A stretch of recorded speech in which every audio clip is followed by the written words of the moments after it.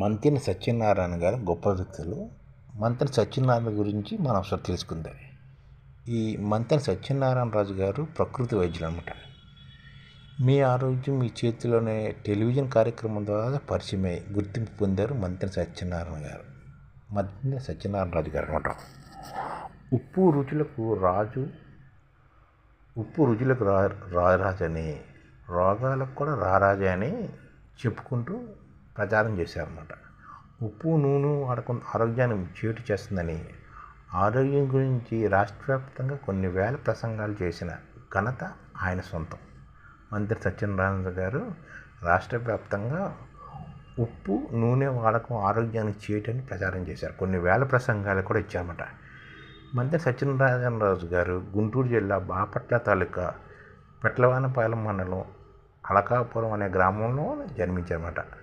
ఈయన తల్లిదండ్రులు రామరాజు గారు, లక్ష్మమ్మ దంపతులకు 1967 ఏప్రిల్ 23 మంతెన సత్యనారాయణ రాజు గారు జన్మించారు. అలాగే ఆయన తల్లిదండ్రులు ప్రకృతి వైద్యులు కూడా. మంతెన సత్యనారాయణ రాజులు గారు వారి తల్లిదండ్రులు కూడా ప్రకృతి వైద్యులు. ఇంటర్మీడియట్ వరకు విద్యాభ్యాసం అతని స్వగ్రామంలోనే జరిగింది. గుంటూరు జిల్లా బాపట్ల మండలంలోని తన సొంత గ్రామం పెట్లవానిపాలెం మండలంలో అలకాపురంలోనే జరిగింది ఇంటర్మీడియట్ వరకు విద్యాభ్యాసం. ఇంటర్మీడియట్ పూర్తయ్యాక సెలవులో 2 నెలల పాటు ఆయన కాకినాడలోని చోడు అప్పారావు ప్రకృతి ఆశ్రమంలో ఉన్నారన్నమాట. 2 నెలల పాటు ఇంటర్మీడియట్ అయిపోయిన తర్వాత కాకినాడలో ఉన్న చోడు అప్పారావు గారు ప్రకృతి ఆశ్రమంలో ఉన్నారన్నమాట 2 నెలల పాటు. అక్కడే అతనికి ఆహార నియమాలు పాటించడం, ఆసనాలు వేయడం, ఉప్పులు నూనెలు లేని ఆహారాన్ని తీసుకోవడం తినడం బాగా అలవాటు అయ్యింది మంతెన సత్యనారాయణ గారికి. అంటే 2 నెలల పాటు ఇంటర్మీడియట్ తర్వాత 2 నెలల పాటు ప్రకృతి ఆశ్రమైన చోడు అప్పారావు గారు ప్రకృతి ఆశ్రమంలో ఉండడంతో అక్కడ ఆహార నియమాలు పాటించాడు, ఆసనాలు వేయడం నేర్చుకున్నారు, ఉప్పు నూనె లేని ఆహారం తినడం బాగా అలవాటు అయింది. ఆ తర్వాత బీఫార్మసీ చదవడంలో బీఫార్మసీ చదవడంతో బయట నుండి అనమాట. అక్కడ ఉండేటప్పుడు ఉడకబెట్టిన కూరలు, ముడి బియ్యం, అన్నం వండుకు తినడం, ఆసనాలు వేయడం కొనసాగించడం జరిగింది. 6 నెలల పాటు ఇలా ఆచరించేసరికి ఆరోగ్యం అంటే ఎలా ఉంటుంది అనే పూర్తి అవగాహన వచ్చింది మంతెన సత్యనారాయణ రాజు గారికి. అంటే ఇంటర్మీడియట్ తర్వాత బీఫార్మసీలో చేరారు కదా. బీఫార్మసీలో చేరినప్పుడు అక్కడ ఉన్నప్పుడు బీఫార్మ్ చదవడంలోనే ఉడకబెట్టిన కూరగాయలు, ముడి బియ్యం, అన్నం వండుకు తినడం, ఆసనాలు చేయడం మొదలెట్టారు. ఇలాగ 6 నెలలు వేసాక అటుపై పూర్తిగా అవగాహన వచ్చింది. కఫము, రొంప, దగ్గు, జ్వరాలు ఇలాంటివి పూర్తిగా లేకుండా పోయి రోగ నిరోధక శక్తితో మంచి మార్పు రావడం ఆయనలో రావడం జరిగింది. అప్పటి నుంచి అతనికి ప్రకృతి విధానంపై మంతెన సత్యనారాయణ గారికి బాగా ఆసక్తి పెరిగింది. అంటే అంతకుముందు వరకు మామూలుగా ఉంటే కఫం, రొంప, దగ్గు, జ్వరాలు లాంటివి ఈ విధంగా రోగ నిరోధక శక్తి పెరగడంతో అవి రాకుండా పోయాయి అనమాట. అప్పటి నుంచి అతనికి ప్రకృతి దానిపై బాగా ఆసక్తి గురన్నమాట. దీనివల్ల అతనికి ప్రకృతి జీవనాల సంపూర్ణ ఆరోగ్యం తెచ్చి పెడతగలదు అనే ప్రగాఢ విశ్వాసం కలిగింది అనమాట. అనారోగ్యంగా ఉన్నప్పుడు దీర్ఘ ఉపవాసాలు చేయడం వల్ల ఎటువంటి మందులు లేకుండానే ఆరోగ్యం మెరుగుపడడం గమనించారనమాట.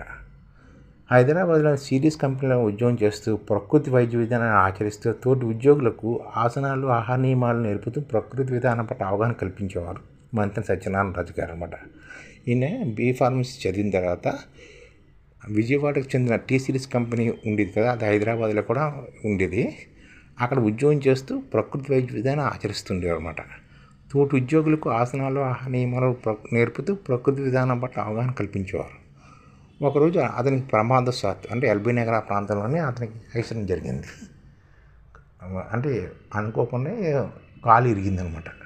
విశ్రాంతి తీసుకున్న సమయంలో అతని ఆశయం పూర్తిగా మారడానికి ఎంతో ఉపయోగపడింది అనమాట. విశ్రాంతి కూడా తీసుకున్నారు కొన్ని నెలల పాటు. కాలుకి యాక్సిడెంట్ జరగడంతో విశ్రాంతి తీసుకున్నాను. ఆ టైంలోనే అతనికి పూర్తిగా డిసైడ్ అయిపోయారన్నమాట. అంతవరకు పై చదువులకు అమెరికాకి వెళ్ళాలనుకున్నారు, విదేశాలకు వెళ్ళాలి అనే ఆలోచన స్వస్తి చెప్పి ప్రకృతి విధానం ప్రచారమే తన జీవిత లక్ష్యంగా మార్చుకున్నారన్నమాట మంతెన సత్యనారాయణ గారు. అప్పటి నుంచి ప్రజలకు సేవ చేస్తూనే ఉన్నారు మంత్రి సత్యనారాయణ గారు. అలా కొన్నేళ్ళు రుచులు తింటూ కొన్నాళ్ళు ఈ ప్రకృతి విధానం ఆచరిస్తూ దేహం పైన పరిశోధనలాగా ప్రతి దానిని గమనిస్తూ రకరకాల రుచులు తింటే రోగాలు ఎందుకు వస్తున్నాయని వారిపైన వారే పరిశోధన చేసుకుంటూ ఉండేవారు మంత్రి సత్యనారాయణ గారు. అంటే కొన్నాళ్ళ పాటు రుచులు తిని కొన్నాళ్ళు ప్రకృతి విధానం ఆచరించేవారు. అంటే రుచులు తింటే ఏ విధంగా రోగాలు వస్తున్నాయి అని తనకు తానే పరిశోధన చేసుకునేవారు అన్నమాట. యోగా ప్రకృతి వైద్యం అధ్యయనం చేసి దాని పట్ల పూర్తి ఆసక్తి అవగాహన పెంచుకోవడం జరిగిందనమాట. ఈ తర్వాత అప్పుడు తను తెలుసుకునే విషయాన్ని ప్రజలందరికీ తెలియడం చేయాలనుకుంట. ఈ విధంగా తనకు తాను పరిశోధన చేసుకుంటూ ప్రకృతి వైద్యం యోగాపై అధ్యయనం కూడా చేశారు. 1994 నుండి ఉదయం ఊరురా తిరుగుతూ ఆయన అనుభవాలను ప్రకృతి విధానం వెనక ఆరోగ్యాన్ని తెలియజేస్తున్నారన్నమాట. అంటే 1994 నుంచి ఊరురా తిరుగుతూ ఆయన అనుభవాలు ప్రకృతి విధానం వెనకున్న ఆరోగ్య రహస్యాలను సైంటిఫిక్గా వివరిస్తూ ఆరోగ్యం గురించి ప్రచారం చేసేవారన్నమాట. అంటే మహాయుద్ధంగా ఈ ప్రచారాలు చేసేవారన్నమాట. ఆరోగ్యం గురించి సైంటిఫిక్గా తను ఆచరిస్తున్న విషయాలను అట్లనే ప్రచారం చేస్తూ ఉండేవారు. ఎన్నో జిల్లాలోని ఉచిత కార్యక్రమాలు నిర్వహించారు. ఎటువంటి ఫలితాన్ని ఆశించకుండా సేవా దృక్పథంతో విశ్రాంతి రహితంగా ప్రచారం చేస్తూ వచ్చారన్నమాట. ఎన్నో జిల్లాలకు ఉచిత కార్యక్రమం నిర్వహించి ఎటువంటి ప్రతిఫలాన్ని ఆశించకుండానే సేవా దృక్పథంతో ఆరోగ్యం గురించి ప్రచారం చేసుకుంటూ ఉండేవారు అన్నమాట. అతని భార్య విశాల కూడాను ప్రకృతి వైద్యురాలే. 2002 నుంచి 2008 మధ్య దూరదర్శన్లో కూడా ఈటీవీ సుఖీభవలోని అప్పుడప్పుడు ఆరోగ్యం సంబంధించిన కార్యక్రమాలు అందించేవారు అన్నమాట. 2000 నుంచి 2008 మధ్య ఈటీవీ దూరదర్శన్లోని సుఖీభవలోనే మా టీవీలోని మీ ఆరోగ్యం మీ చేతిలోనే శీర్షికన 800 ఎపిసోడ్ ప్రచారం కూడా చేశారు. అదే సమయంలోనే ఐన్యూస్ ఛానల్కి 15 నిమిషాల ఎపిసోడ్స్ 360 జీవన రహస్యాలు కూడా అందించారు. 2009లోని లవణం గారితో అప్పగించిన సంస్కార ప్రకృతి ఆశ్రమం 25 పడకల నుంచి 100 పడకల ఆశ్రమంగా మార్చి నిర్వధికంగా ఆశ్రమ బాధ్యతను కొనసాగిస్తున్నా కూడా 2010 నుంచి విజయవాడలోని ఆరోగ్యాలయం నిర్వహణలో అలసట లేకుండా ఆశ్రమ అభివృద్ధి కృషి చేస్తున్నారు అన్నమాట. ప్రతి నెలలో ఆరోగ్యాలయం ప్రవేశాలు 1 నుంచి 15 వరకు ఉంటుంటాయి. 15 నుంచి 30 వరకు జరుగుతుంటాయి అన్నమాట.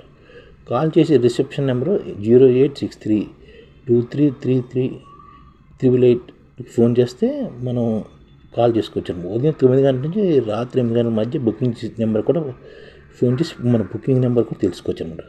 వెబ్సైట్ ద్వారా కూడా బుకింగ్ సెంటర్లో ఎస్బీఐ ఖాతా నెంబరు అకౌంట్ నెంబరు 300-289-3226కి పేరు మంత్రి సత్యనారాయణ రాజు చారిటబుల్ ట్రస్ట్ అనే పేరు మీద ఐఎఫ్సి కోడ్ SBA 4N0003055కి కరెంట్ ఖాతాకి SBI బ్రాంచ్ లబ్బిపేట పేరు మీద మనం పేమెంట్ చేసుకొని వివరణ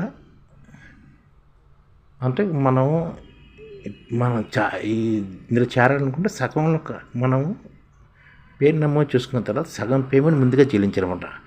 మిగిలిన మొత్తాన్ని ఆశ్రమంలో చేరిన తర్వాత చెల్లించవచ్చు. అదనమాట ఇక్కడ. అలాగే ఈ ఆశ్రమంలో చేరాలనుకుంటే కొన్ని సేవలు కూడా ఉంటాయి, కొన్ని పెయిడ్ సేవలు ఉంటాయి. వాటి గురించి ఇంకో వీడియోలో చూద్దాం.